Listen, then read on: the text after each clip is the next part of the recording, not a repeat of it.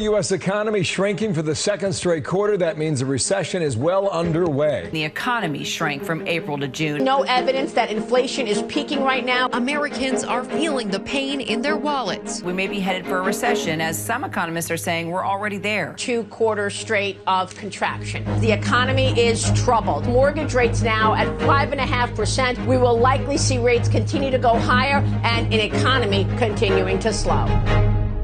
Welcome back to the channel, Fat Boys! So, we are now officially in a recession here inside of the US. So what does that mean for us motorcyclists? Let's talk about that.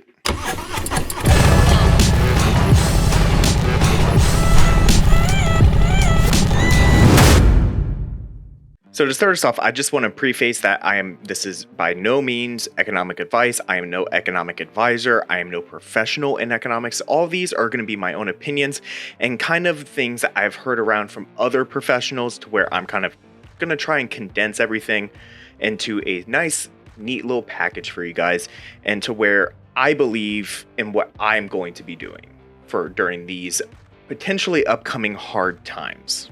So today is July 30th. 2022, and the government just had its release saying that we are now officially in a recession. There are still many people saying that we are not in a recession, but the data is there now saying that we are officially in a recession, as spending has gone down twice over 2 quarters. Take it as you will. I believe we are in a recession. What does that mean for the motorcycling community? Overall, that means spending is generally going to go down. What that may mean, because of that, is companies are then going to be dropping their prices. They may be doing layoffs. There may be shortages yet again in the supplies that you are wanting to get. And so because of all these potential issues that may be coming up because of a recession, there is a fine balance in what I deem to be appropriate and what I would generally do in these type of situations. You generally have 2 courses to take that you can do and how you want to prepare yourself or not prepare yourself. If you are looking at the recession in there isn't a recession, we're going to bounce back, everything's going to be fine mentality, more power to you. But I would like to take the second approach of being over-prepared and being ready for the worst to come. I like to have the mindset of being optimistic, but yet still being prepared for when things go bad. So what that means is, for me, is that I'm going to try slowing down a little bit on some of the upgrades I might be wanting to do to the bike, on some of the spending, maybe some of the huge long distance travels. Some of those things may be being cut back. I'm going to start preparing for a rainy day. And then, you know what? If none of that does happen, then I'm in an even better position than what I started before. Having these mindsets of how you're going to prepare yourself and going to transition in these situations really can help you in keeping your motorcycle and also your fun activities when you are ready to have them and when you want to have them. Looking at motorcycles, as generally speaking here in the US, they are considered a toy because most people already have a car inside the US, because you generally need a car to do anything and go anywhere inside the US. So then people that have a motorcycle, they're generally considered a toy. They're considered an extra. For those people, having a motorcycle may potentially be even more beneficial, because they're potentially there's a way that if they use it right, they could actually end up saving money if they're smart about it. But there's also people to where they're not going to be able to afford that motorcycle because they need their other vehicle. They need their car. They need their closed-in vehicle for their everyday travels. They're not able to have the luxury of riding a motorcycle every single day. Knowing who you are and how to prepare yourself can really make the difference in keeping your motorcycle, having fun on a motorcycle, and just enjoying yourself when you know you can. So for some tips and advice and what I can recommend to people in order to try saving some money on these potentially upcoming hard times, is to not be afraid to work on your bike yourself. If you're just doing here and there travel, you're not doing anything major, and you have basic interval maintenance coming up, don't be afraid to work on the bike yourself.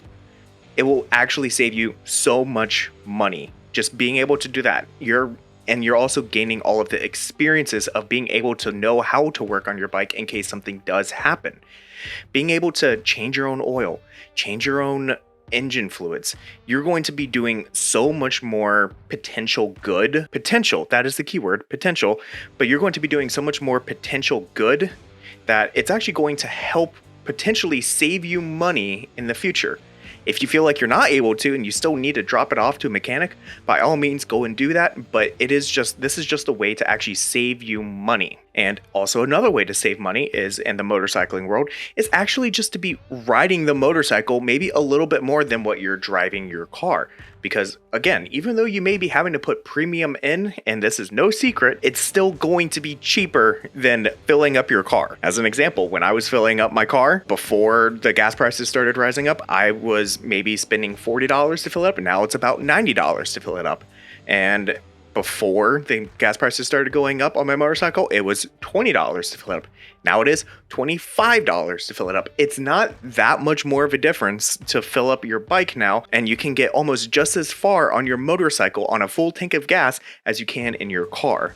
And probably the last thing I'm really going to be doing, and I kind of stated this beforehand, but probably the last thing I'm really going to be doing is looking at where my expenditures are. Don't be afraid to actually open up your statements and actually start balancing your checkbook if you've never done that before, to make sure you know where all your money is going and knowing where you can spend your money and where you can cut things and where you may need to do things more, spend more money in certain areas. For me, I have been lucky. I'm going to say that much. I am very grateful in my life. I'm not poor, I'm not rich, but I am somewhere in the middle, and I feel very comfortable. I'm not having to worry too much, and I feel blessed for that. But there are others that are not as lucky in that situation. So being aware of that is also a really key thing to know. But helping balance yourself and preparing yourself for these situations is going to be really key. I still feel like I really need a new seat on my motorcycle. So knowing where I can balance out my budget and how to eventually afford that seat on my motorcycle is going to allow me to still get these luxuries, but it's also going to help me keep my performance, keep my endurance, and keep my comfort on my travels. Taking all of these little bits of information can be a little hard, but it's doing the little tiny steps to potentially prepare for what may happen in the worst scenarios can actually help you become a better person and also prepare you for the worst, even if it doesn't happen. I think I got my words mixed up there, but I think it's still kind of there. Hopefully you guys get it. It's better to prepare for the worst than not need it than to not prepare and wish you did need it. So hopefully you found some of this information informative. Hopefully you're able to still keep riding, enjoying yourselves. Guys, be safe, have fun, and make sure you are still enjoying your motorcycle as much as you possibly can in a very responsible and safe way. So if you enjoyed this video, make sure you go ahead and give it a thumbs up. It greatly helps out the channel. If you're new here, make sure you go ahead and hit that subscribe button and make sure you go ahead and ring that bell notification. I'll catch you on the next one. Peace.